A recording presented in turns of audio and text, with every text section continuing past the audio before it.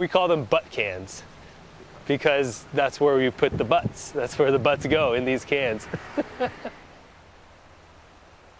I got this idea from a local Japanese restaurant. Employees were smoking, just throwing it out in the street, and they said, hey, would you guys mind, just throwing those away? They said, oh, it's not us, not us. But the next day they put out a can and they started putting it in there, and that's where I was like, oh, what if we just take these soup and bean cans and then we decorate them and we put it out where the butts are. We just put the butts in there as a passive way to tell the smokers, like, hey, dispose of them responsibly here. Yeah, thanks everyone for coming. This is our weekly cleanup here in Arguello. Be very conscious of the cars.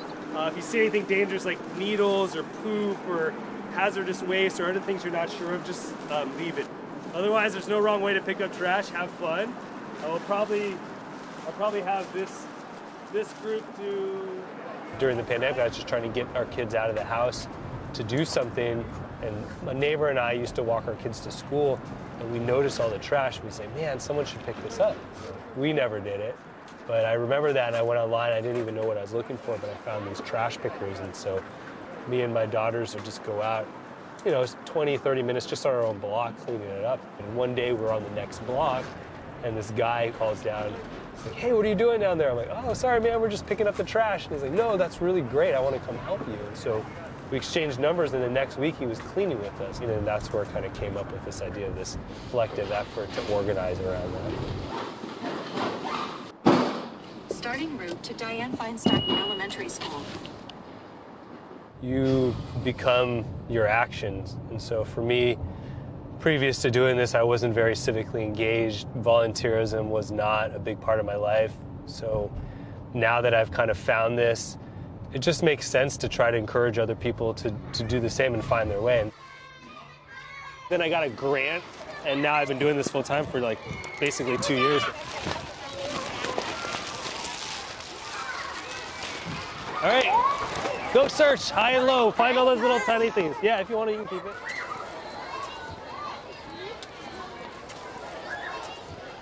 Really want this to be a cultural change for San Francisco where, if you're from San Francisco, there's like people assume that you've done cleanups or you do cleanups, and that's what I want for us. Yeah.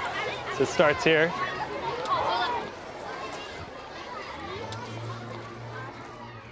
Good job. Thank you guys. Was that fun? All right. Yeah, we'll be back. Oh, that's always good to do with a friend. In the future, though, we're going to go outside the school. We're going to have these. Isn't that cool?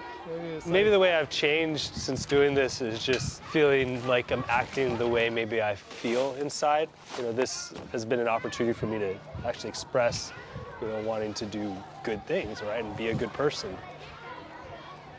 Hi. No. Ready for another one. A lot of times we just kind of talk about it, but now it feels good that we're actually doing it.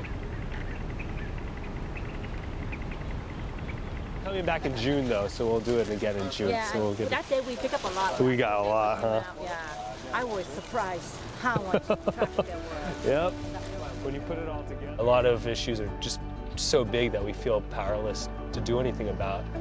It's definitely a smaller problem. To me, it's not even as important as climate change and homelessness, but it's something we can actually do as individuals. Like, there's a piece of trash, you pick it up, it's gone. It's not polluting the environment, and it feels good, and we can do it. So I'm hoping that this empowers people to understand that they can act, and it gets us that kind of positive mindset that we can tackle some of these other bigger issues.